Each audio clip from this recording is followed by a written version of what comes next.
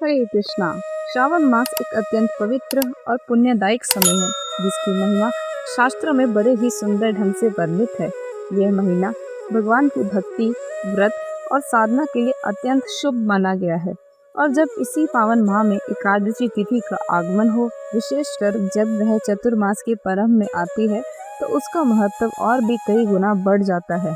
क्योंकि शास्त्रों में कहा गया है कि चतुर्मास में किया गया प्रत्येक आध्यात्मिक प्रयास, चाहे वह जप हो, तप हो, दान हो, व्रत या सेवा, मनुष्य को अनंत गुना पुण्य और आत्मिक लाभ प्रदान करता है। ऐसे दिव्य समय में आने वाली कामिका एकादशी, जो हर वर्ष श्रावण मास के कृष्ण पक्ष में आती है, अत्यंत पुण्यदायिनी, पापों का नाश करने वाली और भक्ति को जागृत करने वाली तिथि के रूप में मानी गई है।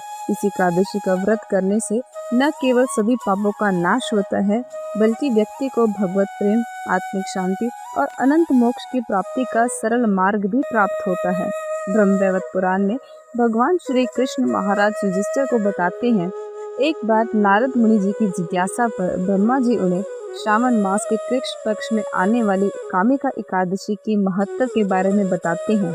ब्रह्मा जी कहते हैं कि कामिका एकादशी का व्रत इतना प्रभावशाली है कि जो पुण्य एक व्यक्ति कामिका एकादशी का व्रत करके कमा सकता है, वो पुण्य वे कभी भी स्नान दान करके नहीं कमा पाएगा। फिर चाहे वह स्नान दान काशी के गंगा जी में डुबकी लगाकर हो, नैमिषारण्य में हो, या फिर तीर्थ स्थल पुष्कर के पावन सरोवर में ही क्यों ना हो, कभी भी वह इतना पुण्य नहीं कमा सकता। ब्रह्मा जी इसके महात्म्य के विषय में आगे बताते हैं, कामिका एकादशी की महिमा सुनने से वैसा ही फल मिलता है जैसा अश्वमेध यज्ञ करने से प्राप्त होता है। एकादशी के दिन शंख, चक्र, गदा, पद्म धारण करने वाले भगवान विष्णु की पूजा करनी चाहिए।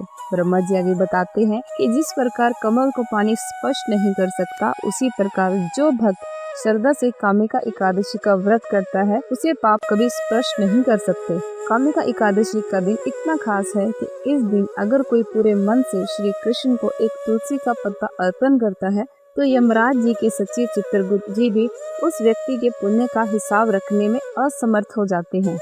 इसलिए कामिका एकादशी के दिन एक घी का दिया प्रज्वलित करके तुलसी देवी की आरती की हो। भगवान श्री कृष्ण युधिष्ठिर महाराज से कहते हैं कि हे प्रजापालक, कामिका एकादशी मनुष्य के सभी दोषों और पापों का नाश करने में समर्थ है।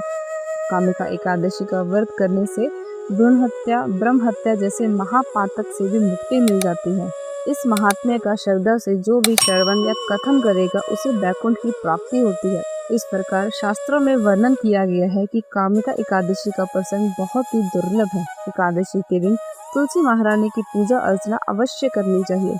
तुलसी देवी के दर्शन करने से, उन्हें स्पर्श करने से जीव समस्त बंधनों से मुक्त हो जाता है। इस विशेष एकादशी के दिन तुलसी महारानी के समक्ष बैठकर हरे कृष्ण महामंत्र यानी हरे कृष्ण कृष्ण कृष्ण हरे हरे, हरे राम राम राम हरे हरे का जप करने से, उन्हें जल अर्पण करने से और उनकी प्रदक्षिणा करने से मनुष्य को कभी यमराज के दर्शन नहीं करने पड़ते। तुलसी देवी भगवान श्री कृष्ण को अत्यंत प्रिय है। इस दिन यदि कोई मनुष्य भगवान श्री कृष्ण को तुलसी मंजरी अर्पित करता है, तो वह अपने पूर्व और वर्तमान जन्मों के सभी पापों से मुक्त हो जाता है। एकादशी के दिन संपूर्ण उपवास का पालन करना चाहिए और किसी भी स्थिति में अन्न का सेवन नहीं करना चाहिए, क्योंकि पद्म पुराण में बताया गया है कि संसार के सभी पाप एकादशी के दिन भगवान श्री नारायण की आज्ञा से अन्न में वास करते हैं। अगर आवश्यकता हो तो आप एकादशी के दिन दूध, फल या एकादशी प्रसादम का सेवन कर सकते हैं।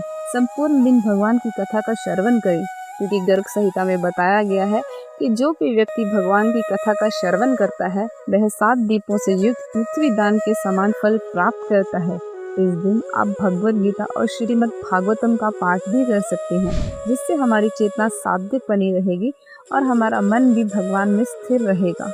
अगले दिन निर्धारित समय पर आप सभी अपने एकादशी व्रत का पालन करें और भगवान को भोग अर्पण करके प्रसाद के रूप में व्रत खोलें। तो चलिए हम भी इस एकादशी पर अपने पापों से मुक्ति पाएं और भौतिक जीवन को सुंदर बनाते हुए मृत्यु के बाद वैकुंठ धाम में प्रवेश करें। आप सभी को कामिका एकादशी की हार्दिक शुभकामनाएं। हरे कृष्णा।